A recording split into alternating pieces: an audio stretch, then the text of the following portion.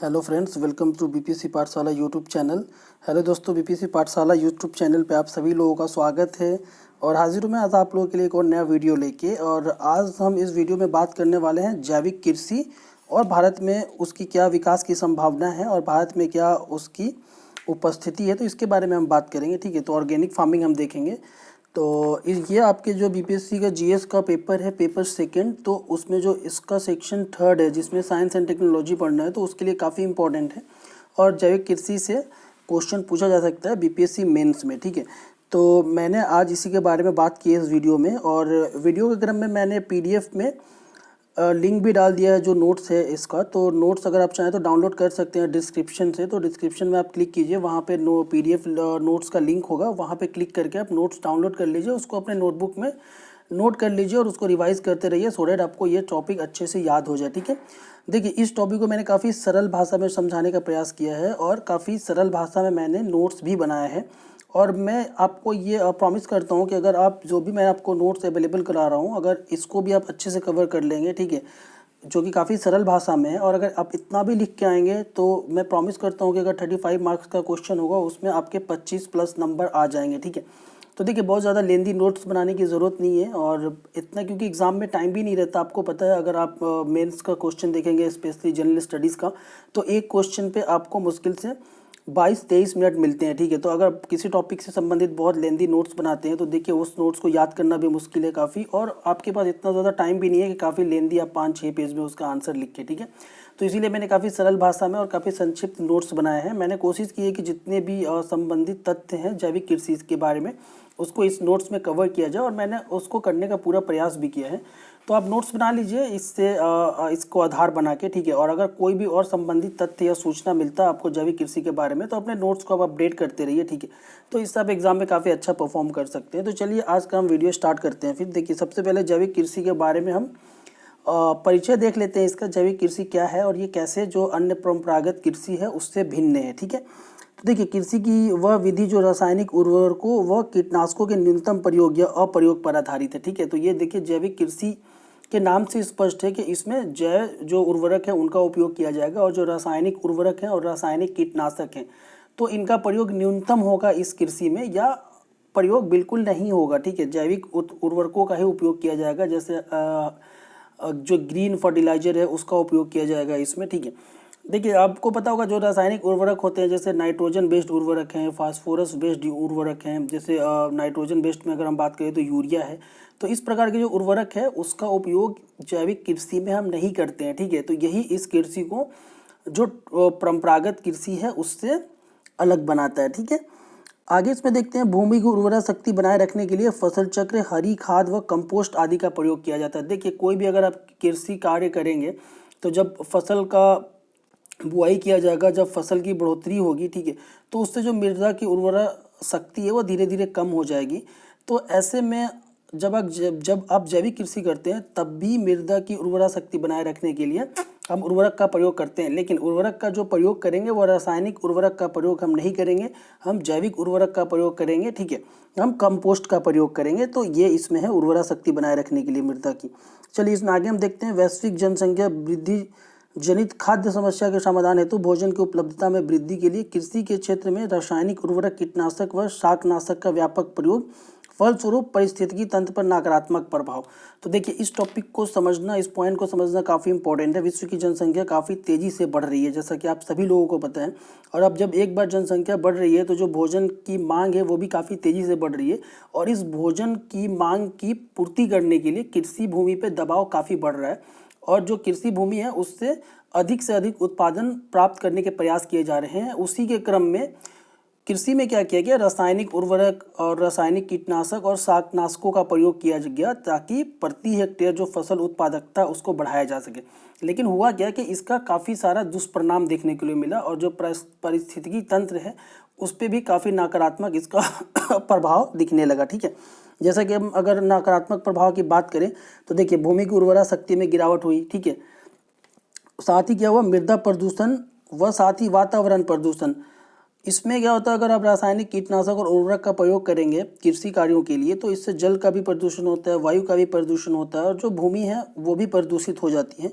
तो ये सारे काफ़ी सारे पर्यावरणीय समस्याएं हैं। ठीक है, आगे अगर इसमें देखें तो खाद्य श्रृंखला पर दुष्प्रभाव और मानव शरीर में रसायनों का जैव संचय और जैव आवर्धन। ठीक है, अगर हम रासायनिक उर्वरक जो यूज किया हुआ है तो उसके यूज से जो फसल का उत्पादन हुआ है, अगर उस फसल का हम उपयोग करेंगे भोजन के रूप में, तो जो खाद्य श्रृंखला है वो प्रभावित होती है मनुष्य की, और जैव संचय होता है। ठीक है, जैव संचय का मतलब ये है कि जो भी रसायन हैं वो अप्रत्यक्ष रूप से या प्रत्यक्ष रूप से मानव शरीर में प्रवेश करते हैं और मानव शरीर में उनका संचय होता रहता है। मानव शरीर में जो उनकी आपूर्ति है वो बढ़ती रहती है और उसके दुष्प्रभाव होते हैं मानव के स्वास्थ्य पे। ठीक है, तो ये सारे नकारात्मक प्रभाव हैं जो रासायनिक कीटनाशक उर्वरक का प्रयोग है कृषि क्षेत्र में। ठीक है, चलिए अब हम आगे देख लेते हैं इसी में। तो भारत में ग्रामीण अर्थव्यवस्था का आधार कृषि, आप सभी लोगों को पता होगा 50% से ज़्यादा जनसंख्या भारत में अपनी आजीविका और रोजगार के लिए कृषि कार्यों पर आधारित है।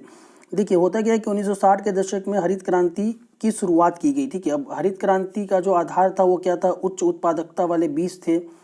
ठीक है, उसके बाद में रासायनिक उर्वरक थे, वह गहन सिंचाई का प्रयोग। तो ये तीनों का जो तिकड़ी था, इन्हीं तीनों को उपयोग करके 1960 के दशक में हरित क्रांति को प्रारंभ किया गया था, जिसके फलस्वरूप खाद्य उत्पादन में काफ़ी बड़ी मात्रा में वृद्धि हुई भारत में भी। ठीक है, अब आगे इसमें देखते हैं। तो हरित क्रांति के अंतर्गत कृषि उत्पादकता बढ़ाने हेतु व्यापक पैमाने पर रासायनिक उर्वरक व कीटनाशक का प्रयोग किया गया, जिसके दुष्परिणाम के रूप में भूमि जल वायु प्रदूषण की समस्या अत्यंत गंभीर हो गई। ठीक है, ये पॉइंट मैंने पहले भी कवर कर दिया आपके लिए। आगे इसमें देखते हैं। तो इसके फलस्वरूप कृषि उत्पादकता में ठहराव व कुछ स्थानों पर कृषि उत्पादकता कम होने लगी। ठीक है, देखिए जब 1960 के दशक में हरित क्रांति प्रारंभ हुआ था, तो जब रासायनिक कीटनाशक उर्वरक का प्रयोग किया गया, ठीक है, सिंचाई का प्रयोग किया गया और उच्च उत्पादकता वाले बीजों का प्रयोग किया गया, तो धीरे धीरे कृषि उत्पादन बढ़ने लगा और खाद्यान्न का उत्पादन एक सीमा तक बढ़ गया। लेकिन जब 1990 का दशक आता है तो धीरे धीरे ऐसा प्रतीत होने लगा कि जो खाद्यान्न उत्पादन की सीमा है वो उच्च स्तर तक पहुंच गई है और इससे ज़्यादा खाद्यान्न उत्पादन अब संभव नहीं है। ठीक है, तो ये सारे क्या है, हरित क्रांति के दुष्परिणाम थे एक तरीके से। और जिसके बाद ही क्या होता है कि दूसरी हरित क्रांति के बारे में बात होने लगी। ठीक है, तो दूसरी हरित क्रांति क्या था, दूसरी हरित क्रांति में यही सारी चीज़ें थी जो पहली हरित क्रांति के दुष्परिणाम थे, उसको दूर करने का प्रयास करना। ठीक है, तो यही दूसरी हरित क्रांति थी जिसमें सतत कृषि और समावेशी तथा टिकाऊ कृषि की बात की जाने लगी। ठीक है, चलिए आगे देखते हैं।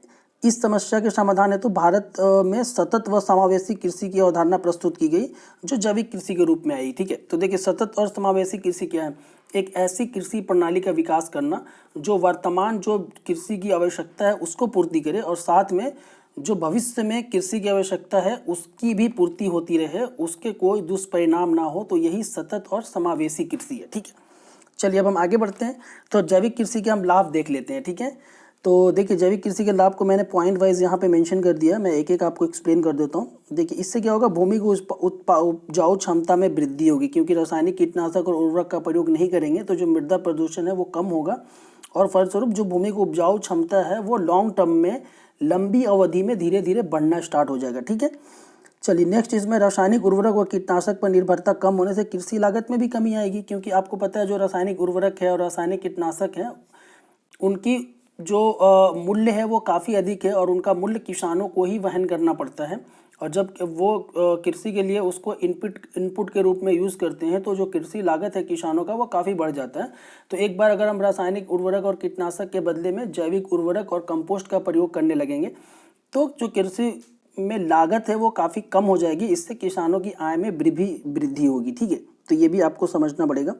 चलिए नेक्स्ट इसमें देख लेते हैं, कृषि उत्पादकता में वृद्धि व सतत कृषि का विकास होगा। ठीक है, नेक्स्ट इसमें पॉइंट है, बाजार में जैविक कृषि उत्पादों की मांग में वृद्धि से किसानों की आय में वृद्धि होगी, क्योंकि धीरे धीरे लोग भी जागरूक हो रहे हैं। अब धीरे धीरे लोगों को भी पता चल रहा है कि जो रासायनिक उर्वरक युक्त कृषि उत्पाद हैं वो मानव स्वास्थ्य के लिए हानिकारक हैं। इसीलिए वैश्विक स्तर पर और भारत में भी धीरे धीरे लोग जैविक उत्पादों के प्रति जागरूक हो रहे हैं और वो बाजार से जैविक उत्पाद खरीद रहे हैं। इससे क्या होगा, जो जैविक उत्पादक किसान हैं उनको भी काफ़ी लाभ होने की संभावना है, उनकी आय में वृद्धि होगी धीरे धीरे। चलिए नेक्स्ट इसमें पॉइंट देख लेते हैं, जैविक खाद के उपयोग से भूमि की गुणवत्ता में सुधार होगा। इसमें जैविक खाद का उपयोग किया जाएगा, मैंने पहले ये बताया, जिसमें जो हरी खाद है उसका उपयोग किया जाएगा, कंपोस्ट का उपयोग किया जाएगा और जो गाय के गोबर हैं तो उसका भी व्यापक पैमाने पर प्रयोग किया जाएगा। ठीक है, इसमें चलिए नेक्स्ट इसमें पॉइंट है, कृषि कार्य जनित मृदा वायु और जल प्रदूषण में कमी होगी। ये मैंने पहले ही आपको एक्सप्लेन कर दिया कि कैसे रासायनिक उर्वरक और कीटनाशकों के प्रयोग से मृदा जल और वायु का प्रदूषण होता है। तो एक बार अगर आप उन पदार्थों का उपयोग नहीं करेंगे कृषि में, तो उससे होने वाले जो भूमि प्रदूषण, जल प्रदूषण और वायु प्रदूषण है वो धीरे धीरे कम हो जाएगा। ठीक है, चलिए नेक्स्ट है, इसमें अपशिष्ट पदार्थों से कंपोस्ट का निर्माण किया जाएगा, फलस्वरूप अपशिष्ट व कचरा प्रबंधन सरल हो जाएगा। ठीक है, और नेक्स्ट इसमें फसल उत्पादन लागत में भी कमी आ जाएगी। तो ये सारे जैविक कृषि के लाभ थे, इसको आप एक एक करके देख लीजिए, अच्छे से समझ लीजिए और इसके जो पॉइंट्स हैं उसको मेमोराइज करने का प्रयास कीजिए आप। अगर एग्जाम में आता है तो काफ़ी अच्छे से एक्सप्लेन कर सकते हैं इसको। और मैंने यहाँ पे जो लिखा है वो काफ़ी सरल और संक्षिप्त भाषा में लिखा है, इसको समझने में आपको कोई परेशानी नहीं होगी और याद करने में भी कोई परेशानी नहीं होगी। अगर आप 3-4 बार पढ़ेंगे तो आराम से याद कर सकते हैं। चलिए आगे बढ़ते हैं। अब देखिए जैविक कृषि विकास की सीमाएँ क्या हैं, इससे इसके विकास में कौन कौन सी बाधाएं आ रही हैं, तो हम इसको भी देख लेते हैं एक बार। देखिए सबसे पहले इसमें प्रॉब्लम क्या है कि किसानों में जानकारी का अभाव है। ठीक है, बहुत सारे भारत में किसान हैं, उनकी जो शिक्षा का स्तर है बहुत ज़्यादा नहीं है, वो जैविक कृषि से अवगत नहीं है और इसके लाभों के बारे में वो परिचित नहीं है, इसीलिए वो जैविक कृषि जो फसल है उसका उत्पादन नहीं करना चाहते या वो करने में सक्षम नहीं है। ठीक है, जानकारी के अभाव में। चलिए इसमें नेक्स्ट पॉइंट देख लेते हैं। जैविक कृषि की प्रारंभिक लागत काफ़ी अधिक होगी। ठीक है, जब एक बार आप जब रासायनिक उर्वरक का उपयोग करते हैं भूमि में और वहाँ से आपको शिफ्ट करना है, आपको जैविक उर्वरक का उपयोग करके जैविक कृषि प्रारंभ करना है, तो जो लागत होगी, प्रारंभिक लागत, ठीक है, वो काफ़ी ज़्यादा होगी और वो किसानों को वहन करना काफ़ी मुश्किल होता है। ठीक है, हालांकि यह भी बात सही है कि जब धीरे धीरे लंबे समय में जब आप जैविक कृषि करने लगेंगे तो जो लागत है वो काफ़ी कम हो जाएगी। अगर आप रासायनिक जो उर्वरक के आधार पर कृषि की जाती है उससे अगर आप कंपेयर करके देखेंगे, लेकिन प्रारंभिक लागत काफ़ी अधिक होती है। ठीक है, देखिए नेक्स्ट इसमें रासायनिक उर्वरकों पर आधारित कृषि की अपेक्षा जैविक कृषि से प्रति हेक्टेयर कम उत्पादन होगा। ठीक है, तो ये भी प्रारंभिक जो कृषि की अवधि है, जैविक कृषि की अवधि, तो उसमें भी ये देखने को मिलता है जब आप एक बार रासायनिक उर्वरक का प्रयोग करके कृषि कार्य करते हैं और वहाँ से अगर आपको शिफ्ट करना है जैविक कृषि की तरफ, तो जो प्रारंभ में उत्पादन होगा वो थोड़ा कम होगा। ठीक है, लेकिन धीरे धीरे जब एक बार जैविक कृषि आप करने लगेंगे तो भूमि की उत्पादकता उसी हिसाब से बढ़ने लगेगी, भूमि की उर्वरता बढ़ने लगेगी। ठीक है, और फिर उत्पादन प्रति हेक्टेयर अधिक होने लगेगा, लेकिन प्रारंभिक समय में इसकी समस्या बनी रहती है। ठीक है, चलिए नेक्स्ट इसमें देख लीजिए जैविक उर्वरकों के पर्याप्त उपलब्धता का अभाव है। जो जैविक उर्वरक है, देखिए उसके बारे में एक तो लोगों को जानकारी का भी काफ़ी अभाव है कि कौन कौन से उर्वरक जैविक हैं और भारत में अभी जैविक उर्वरक पर्याप्त मात्रा में उपलब्ध नहीं है मार्केट में, तो ये भी एक समस्या है जैविक कृषि के लिए। ठीक है, नेक्स्ट इसमें देख लीजिए अत्यधिक श्रम की आवश्यकता जैविक फसल की देख रेख हो तो। ठीक है, तो जो पारंपरिक फसल प्रणाली है अगर उससे हम कंपेयर करके देखें तो जैविक कृषि को करने के लिए या जैविक फसलों के उत्पादन के लिए आपको लेबर इंटेंसिव होना पड़ेगा, काफ़ी अधिक मात्रा में श्रमिकों की आवश्यकता पड़ती है क्योंकि उनका देख रेख करना पड़ता है। ये जो जैविक कृषि वाले फसल हैं ये कीट और खरपतवार से काफ़ी जल्दी प्रभावित हो जाते हैं, तो इसीलिए उनसे बचाव के लिए आपको श्रमिकों की संख्या बढ़ानी पड़ेगी और अत्यधिक देख रेख करनी पड़ेगी, तो ये भी एक समस्या है। ठीक है, नेक्स्ट इसमें देख लीजिए जैविक उत्पादों के प्रमाणन की जटिल प्रणाली। देखिए इसमें होता क्या है कि जो आप जैविक कृषि अगर करते हैं और जैविक फसल का उत्पादन करते हैं आप, तो इसका सर्टिफिकेशन करना पड़ेगा, इसका प्रमाणन लेना पड़ेगा, तभी आप मार्केट में जो ऑर्गेनिक लेवल है उसको लगा के सेल कर सकते हैं। ठीक है, तो ये जो प्रमाणन की प्रणाली है वो काफ़ी जटिल है और प्रमाणन लेने में किसानों को काफ़ी समय लगता है, इसीलिए जो किसान है वो भी हतोत्साहित होते हैं और वो जैविक कृषि नहीं करना चाहते हैं। ठीक है, नेक्स्ट इसमें देख लीजिए जैविक कृषि उत्पादों का अत्यधिक मूल्य। अभी भी अगर आप कंपेयर करके देखें, अगर मार्केट में आप भी जाएंगे तो देखेंगे जो जैविक कृषि से उत्पादित फसल हैं या जो ऑर्गेनिक फूड हैं उनका जो मूल्य है वो जो अन्य खाद्य पदार्थ हैं तो उसके मूल्य से काफ़ी ज़्यादा है, तो इसीलिए उपभोक्ता बहुत ज़्यादा इच्छुक नहीं होती खरीदने के लिए, तो ये भी एक समस्या है। चलिए अब आगे हम देख लेते हैं भारत में जैविक कृषि विकास हेतु सरकारी कार्यक्रम व योजना, तो सरकार कैसे प्रयास कर रही है कि भारत में जैविक कृषि का विकास किया जाए। तो इसमें देखिए फर्स्ट पॉइंट है राष्ट्रीय सतत कृषि मिशन सरकार चला रही है। ठीक है, जिसका उद्देश्य क्या है कि भारत में जो कृषि प्रणाली है उसका सतत व समावेशी विकास किया जाए। ठीक है, तो इसके लिए ये योजना चल रही है। नेक्स्ट इसमें परंपरागत कृषि विकास योजना, सरकार की जो अगली योजना है वो है राष्ट्रीय कृषि विकास योजना। ठीक है, अगर नेक्स्ट इसमें हम देखें तो जैविक कृषि के प्रचार प्रसार हेतु राष्ट्रीय जैविक कृषि केंद्र की स्थापना की गई है उत्तर प्रदेश के गाजियाबाद में। ठीक है, तो ये सेंटर क्या करता है, एक तरह से जैविक कृषि के विकास का नोडल एजेंसी है और ये लोगों को जागरूक करती है जैविक कृषि के बारे में और उसका प्रचार प्रसार करती है। ठीक है, उसकी जो लाभ हैं उसके बारे में बताती है, जो जैविक कृषि से संबंधित अन्य तकनीक है उससे किसानों को अवगत कराती है, तो इस सेंटर की भी स्थापना की गई है।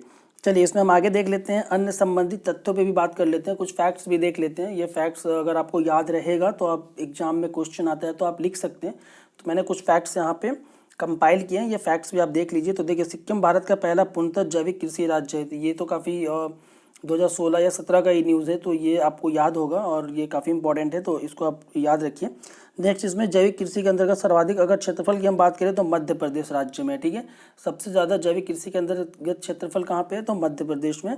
राजस्थान, महाराष्ट्र और उत्तर प्रदेश भी बड़े उत्पादक राज्य हैं जैविक फसलों के, ठीक है। तो ये भी आप याद रख सकते हैं। जैविक कृषि के अंतर्गत सर्वाधिक फसल उत्पादन अगर आप बात करें एक किसी फसल का जिसकी खेती की जाती है, तो वो क्या है, तिलहन का बीज है, ठीक है।